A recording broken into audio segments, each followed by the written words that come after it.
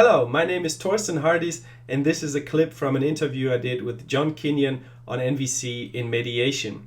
If you'd like to see the whole interview, please click on the link you will find here in this video. Right now, we're gonna jump right into the interview to the question I asked John where he uses NVC in his personal life. Enjoy.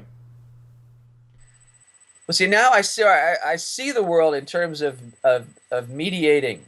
Like my colleague Ike and I talk about mediating our lives, so that you could look at it, whether it's internally, if I've got some decision to make or something that's impacting me that I'm feeling kind of torn or got conflicting desires or reactions going on in me. How do I mediate that? How do I navigate that? It helps me focus my attention and use these skills. If something's not working, something comes up as a conflict in one of these contexts, then it's like, oh, I know what to do, kind of. I just can orient to, and in our training we've developed, we call these maps. So it's like the maps put together the language of needs and the skills of empathy with self and others and expression, putting that together in different permutations depending on what context of the conflict one is in. And if all I have to do is remember that I have a map, oh, I know I have some guidance of navigating through this conflict. And I can practice it too. So I can practice it with myself, I can practice it with practice partners. And so when it's happening, I have much more likelihood that I can be successful in navigating through. Because I find, even after 15 years of training of myself, so deeply immersed in the language and the skills of NVC, when I get triggered, when I get that fight, flight, freeze reaction, that biological threat response inside me, it's easy for those skills to just be gone, and I'm just reacting out of habitual ways. So there's something about having these maps and being able to practice them, and then I can do them in the moment. Even though I'm triggered and reacting, I can actually move through the conflict in a new way. And so I find in my own life, and that's how we're offering it more and more to others in our trainings, and it seems to just be really, really helpful and additive to people to kind of be thinking in terms of conflict and how do we navigate these different conflict contexts with these different maps. Can you tell us a little bit more about those maps? Yeah, well, so for example, one would be self, that I think of as the most foundational map. The first one, the most foundational, we call it self-connection practice, the practice of self-connection.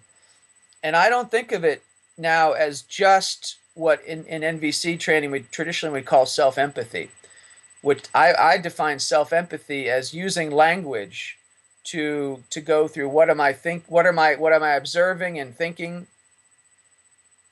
So what am I observing that happened? And what am I observing about my thoughts about what happened? To have that observation.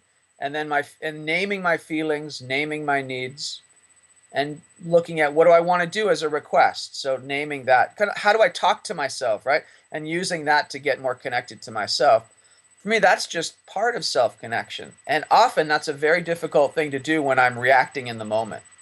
So for me, or for us in our training, what we kind of simplified down what self-connection could be, that would also incorporate what I call these nonverbal practices that have been throughout the millennia of spiritual and wisdom teaching traditions, and also been studied in research a lot. What helps us when our body is reacting in fight flight? How do we come back to a state of greater calm and relaxation? So what we now have as a map for self-connection are just three things: breath, body, needs. The first two being this kind of nonverbal. They don't require verbal processing. They're easier to do than try to go through naming our thoughts and feelings and needs.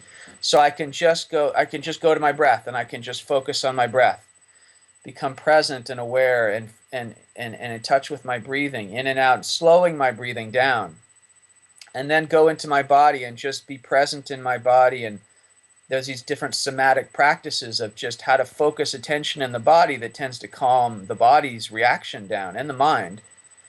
And then to name some needs, to just kind of try to name a few needs, whatever I can manage to, bring my attention to, and kind of cycling through those 3 steps. So that's sort of a map of kind of knowing, oh, self-connection practice. And I practice that every day, those 3 things, every day, throughout the day. So that when I'm starting to react, all I have to do is remember self-connection practice and breath, body, needs. And I can just do them without requiring a lot of effort. So that that's sort of like a first step. Then it's like, what do I want to do from that point? So that's just a beginning point, but it's a way to I think we found to more realistically deal with that first reaction moment, catching it, and then doing something that's kind of really doable as a first step.